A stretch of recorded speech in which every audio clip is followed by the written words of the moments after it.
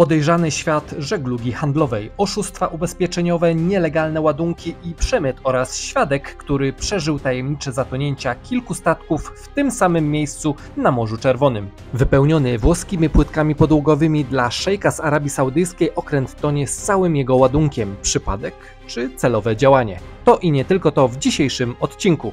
Cześć, tutaj Łukasz z nurkowo.pl, a w dzisiejszym odcinku wrak, który przez lata mylony był z wrakiem transportującym podobny ładunek i który dziwnym trafem uderzył w tę samą rafę na morzu i zatonął tuż obok.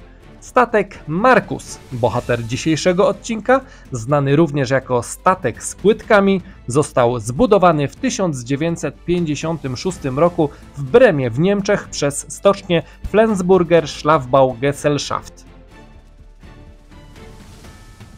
Pierwotnie nosił nazwę MV Atlas i pływał pod niemiecką banderą. Jego konstrukcja obejmowała silnik Dieselmann. Długość jednostki wynosiła około 100 metrów, a przy wyporności całkowitej 3100 ton zabierał on na swój pokład 2699 ton ładunku.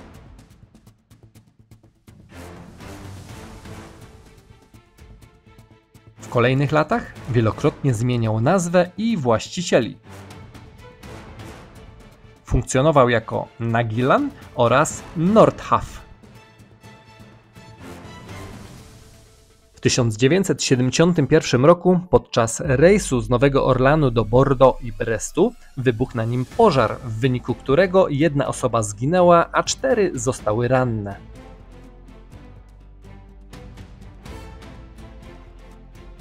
Po awaryjnym postoju i przeprowadzeniu doraźnych napraw statek ukończył swoją podróż, jednak został uznany za niezdolny do dalszej eksploatacji. W następnych latach jednostka trafiła w ręce greckiego armatora Dimitrisa Kavadasa, który specjalizował się w wątpliwych prawnie operacjach finansowych w branży morskiej.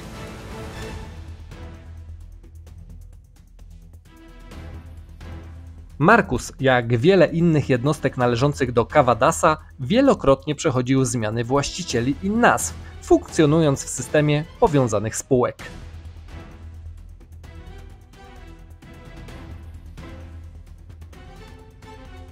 W 1978 roku statek otrzymał nazwę Markus i pływał pod banderą Vicky Shipping Company, kontrolowanej oczywiście przez Kavadasa.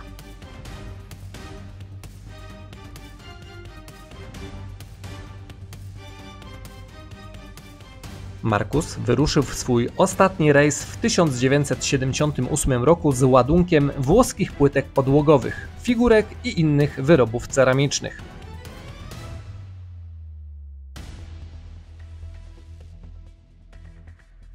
Po przepłynięciu kanału Sueskiego skierował się on do Dżudy w Arabii Saudyjskiej.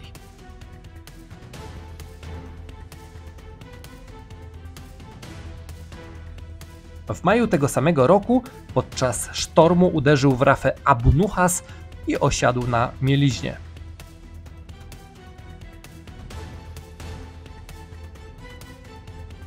Oficjalne raporty sugerowały problemy ze sterownością jednostki, jednak jeden z członków załogi, inżynier Stefan Jabłoński, relacjonował, że do kolizji doszło w środku nocy, powodując panikę wśród załogi.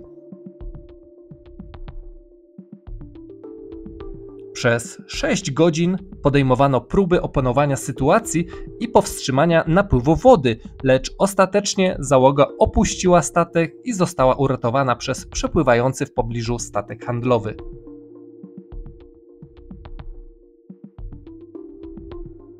Co ciekawe, Stefan Jabłoński służył później na należącym również do Dimitrisa Kavadasa statku Chryzula K, który 3 lata później również zatonął w tym samym miejscu w podobnych okolicznościach.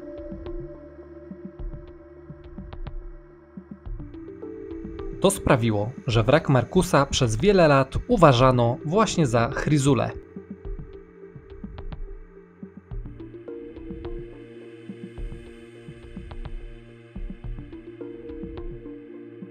Pierwsze relacje o zatonięciu Markusa pochodzą z 1979 roku, gdy grupa nurków pod przewodnictwem Salima Husana dotarła do wraku.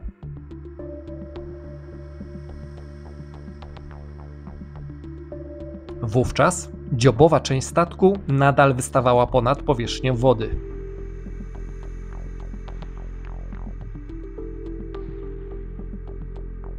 Odnaleziono i wydobyto część ładunku, głównie płytki oraz niewielkie figurki.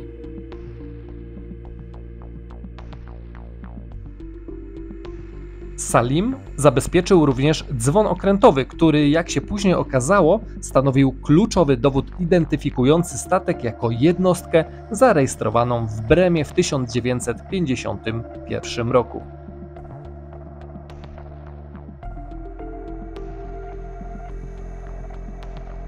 Przez wiele lat dzwon pozostawał w rękach Husana, który przemalował go na biało, aż w 2006 roku udało się go namówić, aby dzwon oczyścić i sfotografować.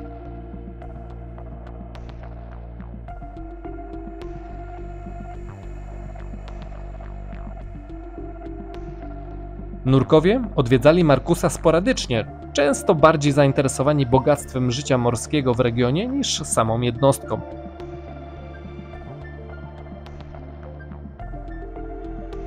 Dopiero po latach odkryto dowody na skomplikowaną przeszłość statku, w tym jego powiązania z działalnością Cavadasa i innymi oszustwami ubezpieczeniowymi.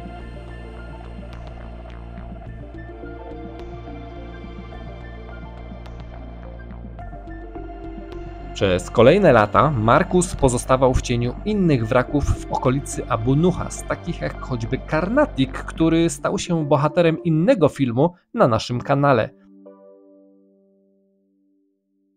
Jeśli Ci się podoba film, zasubskrybuj kanał nurkowo.pl i lecimy dalej.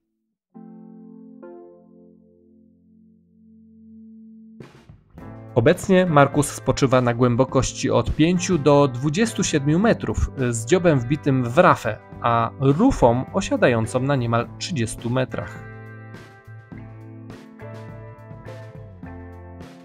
Kadłub statku wciąż jest w dużym stopniu zachowany, choć w ostatnich latach część struktury zaczęła się rozpadać.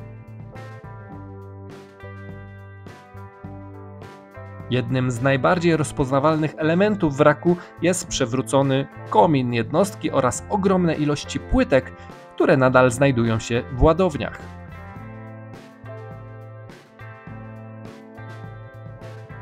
Przestrzeń wewnątrz wraku, w tym warsztat oraz maszynownia, jest dostępna dla doświadczonych nurków, jednak eksploracja ta wymaga szczególnej ostrożności. Właściciel transportu morskiego Dimitris Cavadas po latach został uznany winnym przestępstw ubezpieczeniowych, włączając 2 inne statki, które zatonęły w tym samym czasie co Chryzula.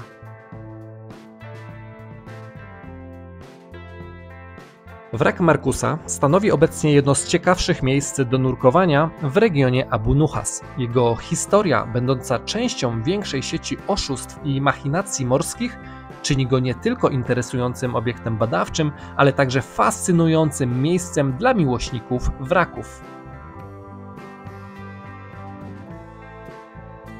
Jednocześnie przypomina o ciemnej stronie żeglugi handlowej, o fałszywych tożsamościach statków, oszustwach ubezpieczeniowych i losach marynarzy, których kariery często kończyły się w cieniu podobnych historii.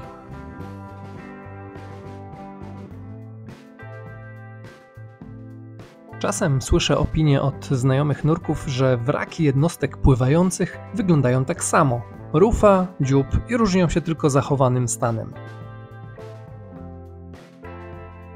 Inni twierdzą, że niektóre wraki im się zwyczajnie mylą, bo wyglądają bardzo podobnie.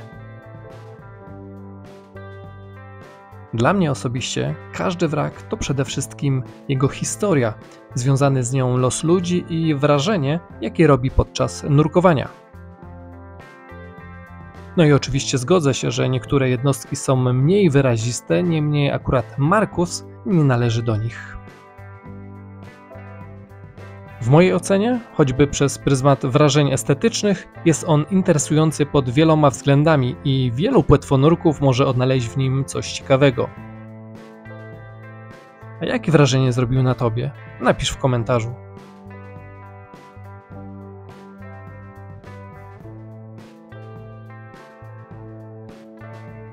Jeśli chcesz poznać historię wraku, który przewoził złote monety, to zapraszam Cię do obejrzenia jednego z moich filmów, w którym poznasz jego historię.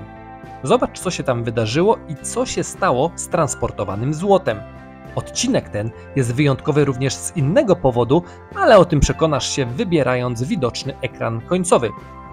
A jeśli podobał Ci się film o wraku pełnym płytek, to zostaw po sobie ślad w postaci subskrypcji, polubienia czy komentarza i do zobaczenia w kolejnym odcinku. Cześć!